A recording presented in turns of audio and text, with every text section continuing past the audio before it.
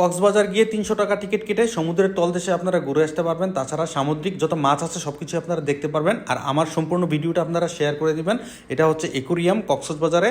আর আমরা সর্বপ্রথম গেলাম ফিশ ওয়ার্ল্ডে, রেডিয়েন্ট ফিশ ওয়ার্ল্ডে। এটা হচ্ছে কক্সবাজারে একুরিয়াম। আমরা 300 টাকা দিয়ে পার পারসন টিকিট কেটে নিলাম। আমরা এখন প্রবেশ করে ফেলবো। এটা হচ্ছে রেডিয়েন্ট ফিশ ওয়ার্ল্ড। অনেকেই হয়তো জানেন না, যার কারণে ভিডিওটা শেয়ার করা। আপনারাও সবাই একটু শেয়ার করে দিবেন। অনেকেই কক্সবাজারে ঘুরেন কিন্তু এরকম যে সুন্দর একটা ফিশ ওয়ার্ল্ড আছে এটা হয়তো আপনারা জানেন না, যার কারণে আপনাদেরকে শেয়ার করলাম। এই যে দেখুন, খুব সুন্দর সুন্দর সামুদ্রিক মাছ যেগুলো আমরা কখনো দেখি নাই, আর আমরা এগুলোর সাথে পরিচিত হই নাই, যার কারণে আমরা দেখতেছি, পরিচিত হচ্ছি। আর বাচ্চারাও কিন্তু খুবই খুশি।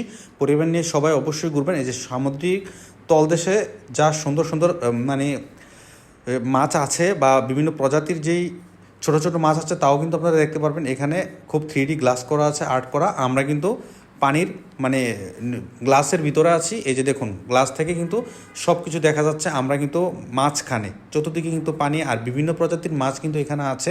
এই সৌন্দর্যটা দেখার জন্য আসলে কিন্তু ফিশ ওয়ার্ল্ডে যাওয়া আপনারা কিন্তু অনেকেই জানেন না, ঠিক আছে। 300 টাকা টিকিট কেটেও প্রত্যেক পার্সন আপনারা ঘুরতে পারবেন। এই যে দেখুন, খুব মাছগুলো কিন্তু আমরা কাছে থেকে দেখতেছি, আর বাচ্চারা কিন্তু খুব খুশি। তা আপনারাও ঘুরবেন। আর এখানে শুধু সামুদ্রিক মাছ থেকে শুরু করে কচ্ছপ থেকে শুরু করে কাসিম সব কিছু কিন্তু এখানে আছে।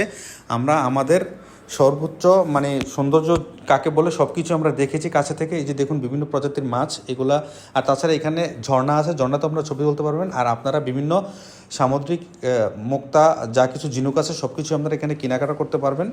আর সবচেয়ে বড় কথা হচ্ছে এই জায়গাটা দেখে আমার কাছে খুবই ভালো লাগছে, আপনাদেরকে শেয়ার করলাম। আপনাদের ভালো লাগলে অবশ্যই আপনারা শেয়ার করে দিবেন।